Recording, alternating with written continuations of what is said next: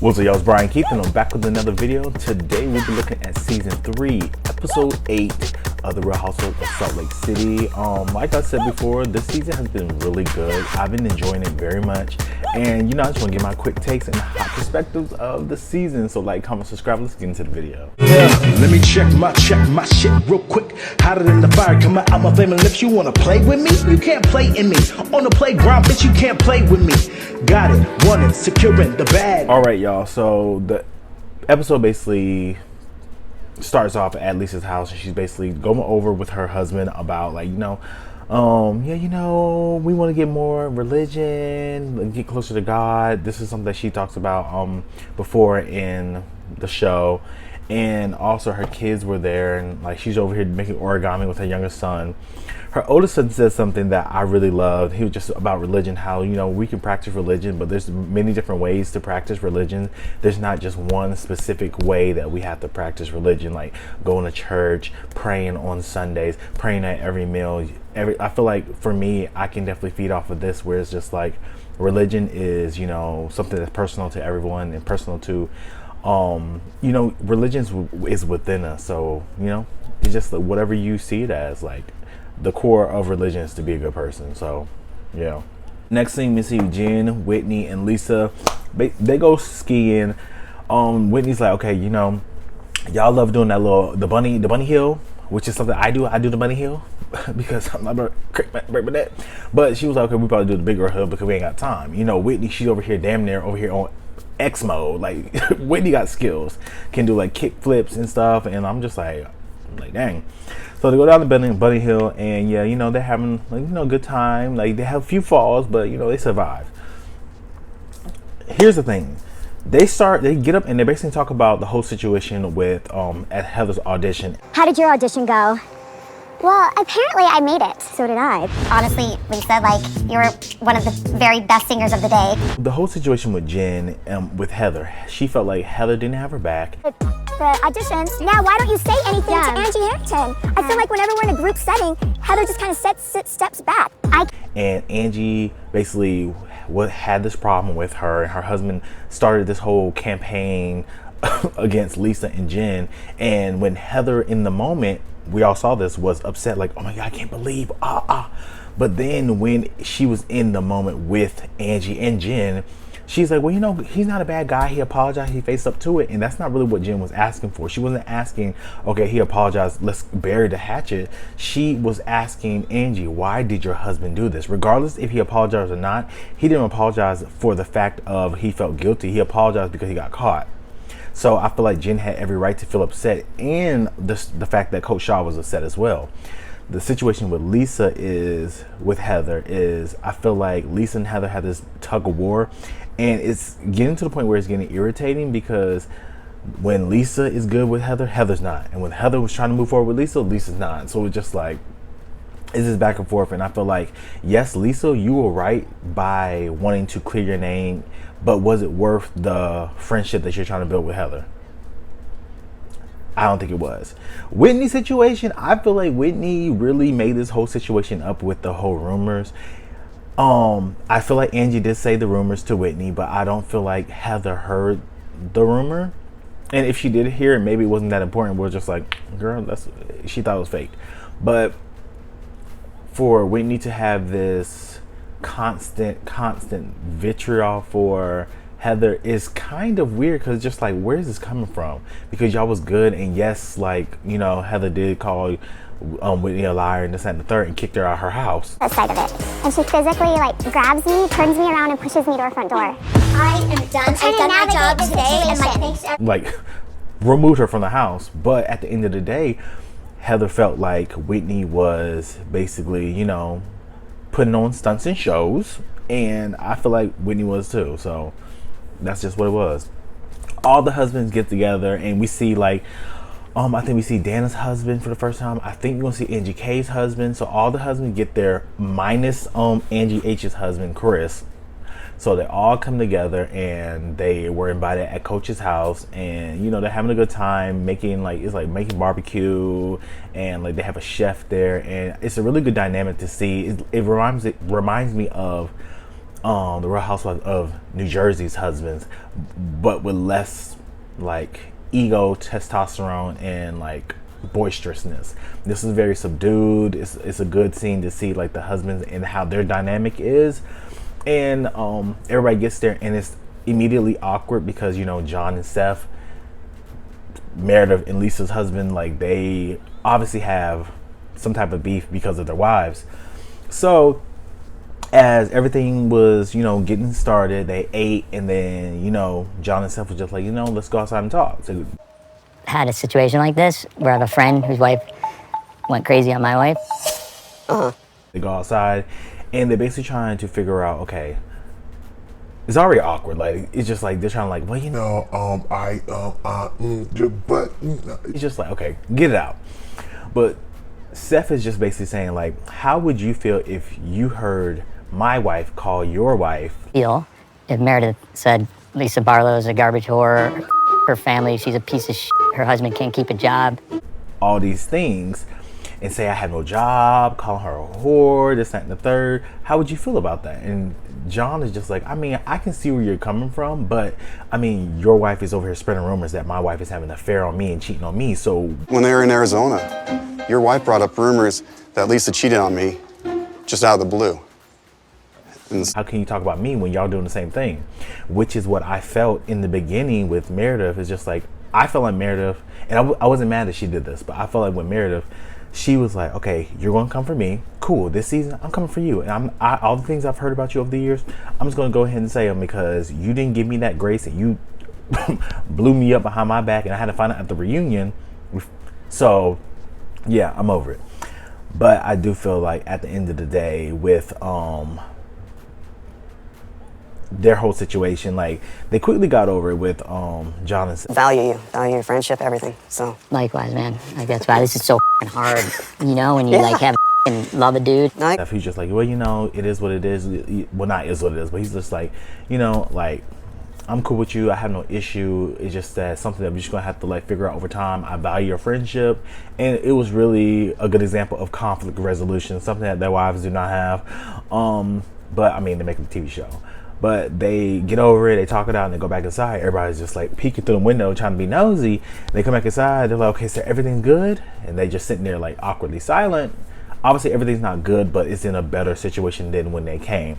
They talk about Coach Shaw, like, okay, how are you feeling? And you could just see the pain in his voice and just on his whole aura. Like, he just feels so bad. Like, you know, his wife is going through this legal woes.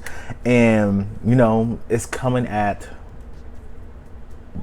on the cusp of her trial, and we all know that like now that she didn't go to trial because she pleaded guilty, and you know her sentencing is going to be in December, so that's something that we're going to see coming up. And I like Jen on the show. I do feel like she's very dramatic, boisterous, all that, but I still like her character on the show. But I do feel like for the consequences and actions that she did, I feel like she has to basically go through that because I don't know what the plea deal was. All the stuff is saying that she did is crazy. So I just hope she can get in a better place mentally for what's coming up. So Meredith and her older sister are at the house, and they're like visiting from Chicago. They're having a good time, you know, with the kids, and we learn a lot. So last year we had like a glimpse of what Meredith was talking about. You know, her father passed away, and her sister and her were going through a lot of like sibling drama. We see Alex, he's her nephew who she was referring to last season, and come to find out like he's been in and out of mental hospitals, and he has been like in addiction facilities and everything, and it's just like a lot. You could just tell that she's very upset about it, and to hear that he got so in a dark place that he drank a bottle of bleach, I literally had chills going up my body. Like, I've never like really, and for him to survive that in a better situation now, I mean, it's a blessing. Like, literally is a blessing, because like that had me in a tailspin. I was over here almost in tears, literally like crazy. And I don't cry like that, but I was just like felt so like I felt her pain in a confessional when she's over here like crying about it, because like, if that was one of my nieces or nephews, or if that was my sister, my mom, like that would probably send me over the edge, you know what I'm saying? So I can empathize, and I send her nothing but like prayers, and I hope that her family continues this support and this upward climb, and I wish them nothing but the best. Segue over to Whitney, how Whitney's basically telling everyone that, you know, Meredith is the one that started this whole rumor. Now, did Meredith come to Whitney and insinuate certain things about Lisa with Vita Tequila? Yes. But did Whitney create this whole BJ for jazz tickets? That was Whitney. Whitney brought that up. Nobody told her to bring that up. That was all on Whitney. So, I mean, did Meredith insinuate rumors? She did. She said that there were rumors. That wasn't a rumor that she heard, but there's other rumors that she know. But that was all Whitney. And I put that on Whitney. Tenfold. So we're at Heather's rehearsal, right?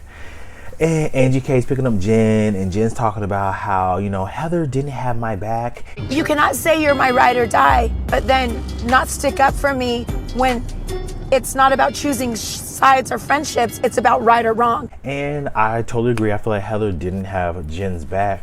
And so apparently Dana was at spin class. Dana, Angie K, and Meredith went to spin class, and basically Dana was just like, Jen's a bully and nobody stands up to her. Honestly, I feel like she was almost bullying. Like, I feel like no one stands up to her and no one puts her ass in check. I don't agree with that. I feel like at this point, I like Dana, I like her personality, but I do feel like Dana had to find someone to be an adversary, and she picked the big dog Jen, and I feel like that was strategic with that situation with Jen. And the reason I feel like it's fake and strategic is because Dana was the one that brought Jen over to them with the conversation. We are not tired. We are full of energy. Angie just addressed Angie H. But do I feel like Jen was a bully to Angie? No. I mean, it's like if someone's writing something about you that's very derogatory and defaming your character, I mean, not that many people could keep their cool. It's just one of those things where it's just like, this person is talking about you and they make a whole Finsta account with your name in it. I'll be upset too. So yeah, Jen, she basically wants to check Dana, and she's just like, I don't have time for her. You know what, Dana? How in the hell, in what world, am I bullying Angie Harrington when Angie Harrington's husband set up Shaw Exposed? Everyone arrives, and I can definitely tell that the fashions have been stepping up. Whitney looks great. Jen looks great as always. Angie K looks great. Angie Harrington even looks good. Lisa looks great. So I was just like, okay, like this looks really good. I like how fashion forward they're becoming. And everyone gets up and goes to sing. They start doing their warm-ups. They go through the whole introduction with basically why we're here to basically create this choir. And while they're all standing up humming, Lisa takes this opportunity. I mean, it's a bad moment to do that, but Lisa takes the opportunity to talk to Heather. I want to be here to support you, and that's why I showed up at auditions. That's huge. Why. And like, well, you know, Heather, I just think that I want to be in a better place with you. I thought that you didn't want me to come, and this, that, and the third. So she basically explains to Heather like why she did the Twitter thing and why she wants to show up for her. And Heather's trying to explain to her like, yes, you know, I'm happy that you're here showing up for me, but you have to realize that what you did with the Twitter situation while basically retweeting her father's obituary, trying to prove the fact that you were actually telling the truth, it just did more harm than good. The text messages that I exchanged with you while my dad was dying, okay? And tweet that if you didn't want to go backward with me. Now with Heather, you can't get mad at the fact that you did lie. I mean, you did lie, and Lisa was just trying to defend herself. But Lisa, you have to look at it where it's just like, that is a sensitive subject because her father passed away. You retweeted an obituary and you put the text messages to prove that you were right. Was it worth it? And was it not in low blow? So while the choir is over here warming up, doing the hymns and the hums, they're over here like loudly talking about how trying to rebuild the friendship, and it just feels like they're playing tug of war. 'Cause Lisa Heather's just like, well, you know, Lisa, I want to be friends with you. I really do. And Lisa was just like, well, then stop calling me a liar. To see it from my side too, Heather, my character was denigrated because you told a lie. And I'm just like, Lisa, you should just say, cool, let's be friends. So Angie H pulls Jen to the side while in the midst of them having their whole talk situation. And she's like, well, Jen, you know, I didn't want that to go down like the way it did. I just wanted to be in a good place. And Jen's just like, I mean, I have no real issue with you. My issue is that if your husband did what he did, then he needs to also go publicly and apologize on a public platform, just like he came at us publicly. And I mean, I agree with that as well. Lisa tries to move forward, and Heather's just over it. Like, at this point, Lisa's just like, okay, are we friends? Do you like me? Do you not like me? It's a yes or no question. It's a yes or no question. Do you like me? You created the space where we weren't good, and you've never owned that. I don't feel like that's true. Okay. I don't feel like and Heather's just like, I mean, I want to move forward with you. And then Lisa just goes back and just like, stop calling me a liar. I'm just like, girl, just bury the hatchet. It's not that deep. And she brings up the fact that, you know, these rumors that everybody brought up, and she's just like, Whitney was the one that said it. And she's like, Whitney's right here, let's bring her over. They call Whitney over, and Whitney's over here just like, yeah, these rumors happen. And Heather's just like, okay, she already recanted those statements, so it is what it is. Obviously, I was telling the truth. And Whitney was like, I never recanted those situations. I just recanted that. No, I haven't recanted that. I have not recanted that. So what's your story now? I just think Heather conveniently forgets, or she really has forgotten. She was like, I never said that I recanted my situation. I think that you just act like you don't remember things, and you just use that as an excuse, like, oh, I forgot, don't remember. Just like how Whitney brings up, like, you pushed me out of your house, and now you calling me to come to this event and just act like you don't remember. Lisa brings up the same thing, how, you know, they got into the argument, and then she invites her and just like, yeah, girl, I don't remember our beef. And I didn't believe it in the moment until I saw the flashbacks, and then I remember the whole situation when Heather sent flowers to Jen's house last episode. I'm like, okay, maybe Heather does this. Because I feel like sometimes you could be mad in the moment at someone and just be pissed off, and then after like a day or a couple hours, you be over it. I think that's probably Heather's situation, where she's just like, okay, I don't care, I'm over it. But Heather gets kind of caught off guard with Whitney, because she's just like, oh, so you're basically trying to say that I knew the situation and thrown off, and just trying to use it as an excuse. And she was like, okay, you know what, since I'm not just safe space anymore, cool, I'm done. I came to you to say, I don't want this awkward space anymore. Don't go along to get along, and the awkward space is gone. Okay, great, it's gone. And then she walks off, and that was that. The choir starts singing, and that was towards the end of the episode. And we leave off at the end with Angie K inviting all the girls to San Diego. Jen and Angie go swimming, and they call Meredith, and Meredith is at the house with Dana. They're already talking about, you know, building a friendship and trying to get to know each other. I feel like that is a good friendship that is going to form. Like I said, I really like Dana. While Angie K and Jen is inviting Meredith, Meredith's like, I'm here. She's like, I'm here with Dana. San Diego! Woo! Look who I have here. Hi, guys. Dana's like, hey. Very awkward. And Jen just like, girl, I would invite you, girl, but I mean, you've been talking mess about me. And Dana, I would invite you, except I heard you were talking girl. I don't tolerate stuff like that. Wow. Dana, we're done. Meredith, we'll call you back, baby. Bye. And Dana's just like, I mean, I just don't like the way you talk to people. And Jen just starts going irate, like, don't call me a bully, this, that, and the third. She hangs up, and this is the part that I gotta irritate with Jen. I'm like, yes, you're mad at Dana, but why did you have to let that in make you so mad that you had to get up out the pool and leave your friend Angie in the pool? Like, I mean, at that point, it was just like, yes, she made you mad, but you hung the phone up. So why are you leaving that? Like, I was just confused on, so that made you so mad that somebody on FaceTime that you just hung up on made you leave a pool where y'all probably like miles away. Bullied? I'm being bullied. Well, Jen, don't even defend yourself. I'm not even. This girl's a total stranger. I didn't get it. But Jen has been going through a lot. There's a clip that I saw on what is it, Bravos and Cocktails, and she's from TMZ. I can't post a video from TMZ because TMZ has a lot of copyrights with them. So I mean, I'm gonna post a link in the description box. But yeah, I think it was something to do with her old assistant Manny. That got brought up, and I think that's when they were talking about Manny never said something, and she is screaming like crazy. I was like, oh my god, like, is it that deep?